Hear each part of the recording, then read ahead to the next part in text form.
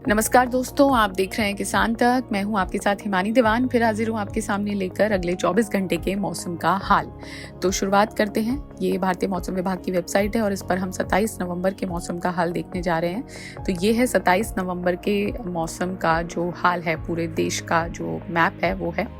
तो जो green area है वहाँ मौसम विभाग की तरफ से कोई अलर्ट नहीं है और जो येलो और रेड एरिया हैं उनमें अलर्ट जारी किया गया और इस बार काफ़ी ज़्यादा अलर्ट दिख रहा है।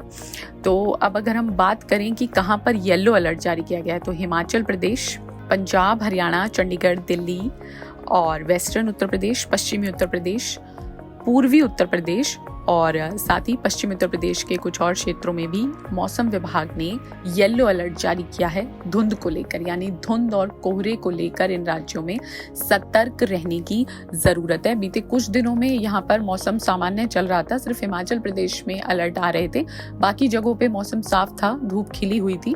लेकिन जो 27 नवंबर है यानी कल, यहाँ धूप कम देखने को मिलेगी और मौसम विभाग ने धुंध और कोहरे को लेकर जो येलो अलर्ट जारी किया है उसका मतलब है कि धुंध और कोहरे को लेकर सतर्क रहने की अब जरूरत है।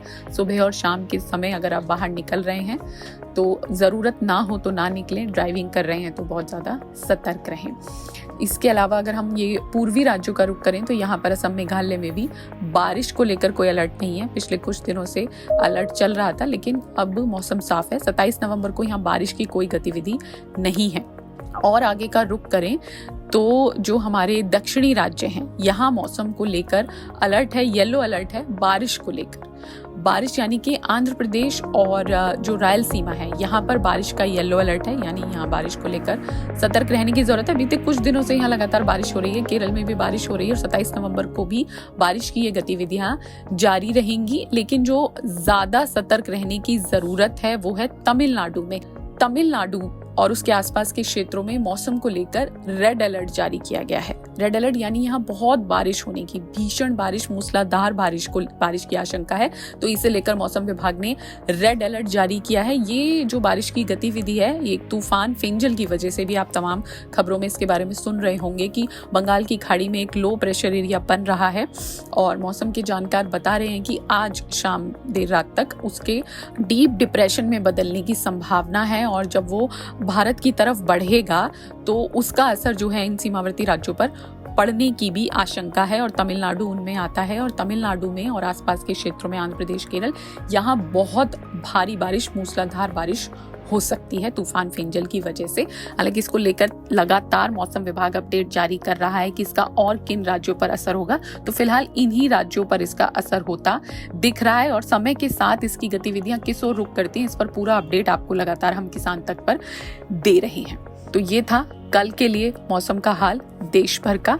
और चलते चलते, क्योंकि दिल्ली के मौसम की बहुत चर्चा होती है, तो दिल्ली के मौसम के बारे में आपको बता दें कि दिल्ली की जो सर्दियां हैं अभी नवंबर के अंत तक बहुत ज़्यादा असर दिखाती नज़र नहीं आ रही हैं। दिसंबर के पहले हफ्ते से दिल्ली में वो जो गुलाबी ठंड है उसका एहसास शुरू होगा। और लेकिन उत्तर भारत में और ख़ासतौर पे उत्तर प्रदेश में कल के बाद जो है फर्क दिखने लगेगा। यहाँ पर ठंड बढ़ सकती है, ऐसा मौसम के जानकार कह रहे हैं। पछुआ पवन जो चल रही हैं उनकी वजह से ठंड बढ़ेगी।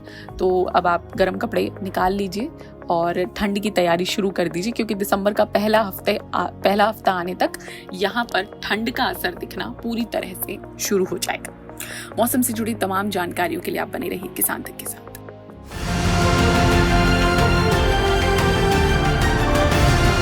किसान तक, किसान तक, किसान तक, किसान तक, किसान तक, किसान तक, किसान तक। खाना है तो उगाना है, खाना है तो उगाना है, किसान तक, खाना है तो उगाना है।